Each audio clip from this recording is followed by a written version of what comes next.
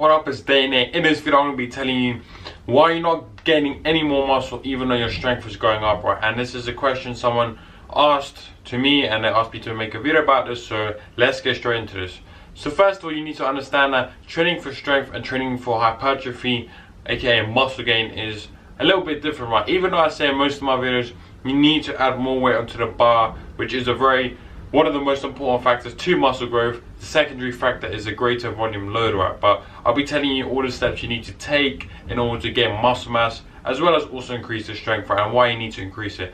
But let's first start off with, why does your strength increase before your muscle gain increases, right? How does this even work? First of all, the person that even asked me to make this video, I'm not sure if they're beginner, intermediate, or whatever. I'm assuming this is going to be a beginner, right? Because as you do increase your strength over a period of time, your muscle gain will slowly increase as well. However, there are a few factors that do limit this if you don't apply all these other factors, right? So let's start off with, say, a beginner, right? They're really new to the gym. Let's say it's their first day, they go into the gym, blah blah blah. After a few weeks their strength goes up rapidly, right? And you see this, I've been training one of my friends, literally bench press, first time, the next week puts 10 kg plates on each end, right? So basically he went up on 20 kg by 1 week. That's insane. And I think he bench pressed twice in 1 week. Now that's an insane number. And basically what I'm trying to get is, why is their strength increasing way more than a muscle gain? Because he didn't gain any more. Like, he might have gained 0.1 millimeter of muscle, something like, it's not even noticeable. So why is this happening? It's happening because of a neural adaptation, so motor learning, right? I say this in most of the videos when I talk about gaining strength for hypertrophy. The initial stage is motor learning, so the motor unit recruitment.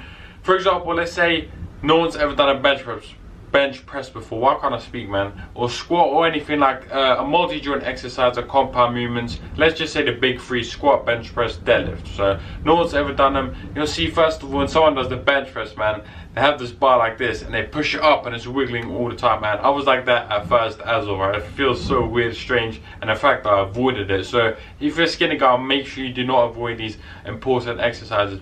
However, the point I'm trying to make here is that when you first start, like I just showed you, the neural adaptations, you haven't got it you haven't got it on the ground, right? You haven't got it stuck. You haven't learned the motor patterns, all this kind of motor unit recruitment. You're not learning it. Hence why after a few months, or even like say 1 month, after a few weeks, instead of doing this with the bar, you're going to be pressing straight up, right? And you're learning the movement pattern. Now, that's also why I say don't change these multi-joint exercises up very frequently. However, I'm going to try and stick to the topic of the video, why your strength is increasing and your muscle gain isn't. So step number 1 is motor learning, and basically motor adaptations, right? Your body and your central nervous system is finding the ways to learn the motor patterns and increase the weight over a period of time, right? You have the muscle already, right? You actually have the muscle mass to press that weight. However, your CNS, your central nervous system, and just finding those adaptations, right? Just finding the pattern. So enough of grinding on that. That's step number 1, where your strength goes like this and your muscle gain will go like, let me use like that. Your muscle gain will go like this, right, at the start. So you probably won't even see hardly any difference in your muscle gain, because that takes a lot longer than just learning some motor patterns, right? After a period of time, strength does become very important when it comes to muscle gain. Here's why. Again, I use this analogy in most of my videos. However, it's so important. Make sure to listen up. Open your ears right now. So first of all, I'm going to use a glass analogy, right? Say this is a cup of water or something like that, and your glass is this big, right? It's real small glass. It's like a shot glass. And after a while, you train, the glass is only this big. So this is just training for hypertrophy, right? We're not training for strength whatsoever, but I'm telling you the importance of training for strength, right? And why maybe you're training for strength but you're not gaining muscle. I'll get into that in a second. However, if you're not training for strength, your glass is this big, right? This is your capacity. After a period of time, when training in the hypertrophy rep range, bang, the water will come here, will overflow, and your results won't get any better. Hence why strength phases and stuff like this, strength blocks, are real important. So you need to increase the size of the cup, that's strength, and then you have a lot more room for the water to fill the cup, right? That's again moving on to the hypertrophy phase.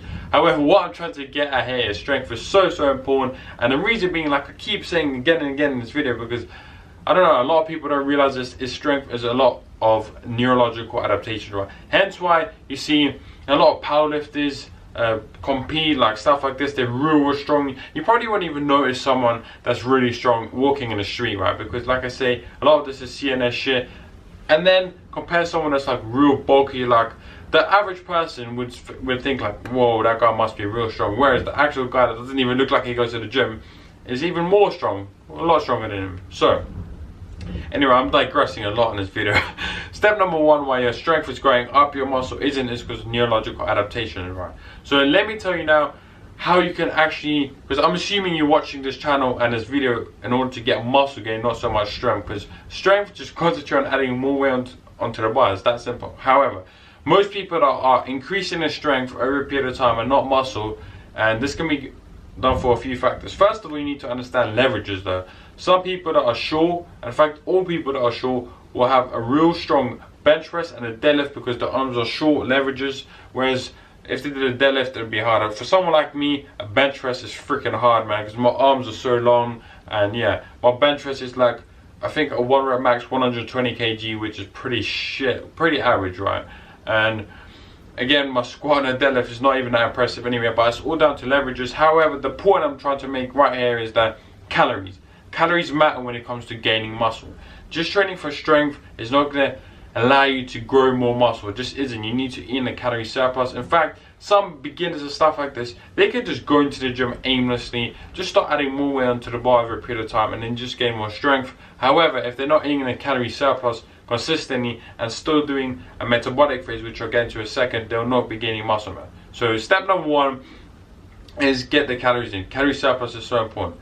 Step number two, even though your strength is increasing and you're not gaining muscle, is this: you're not varying up your rep ranges, right? Say you're probably just doing 5x5s, 5-3-1, that's just training for strength. Remember, neurological adaptations, that's your training for that CNS shit. So to get it for muscle gain, we need to vary the rep ranges. Hence why I speak on almost every single one of my videos. Again, the strength phase, metabolic phase, a deload phase, right? It's so important. Periodization. For all natural lifters, this is so important. You're going to get the most value out of these videos now.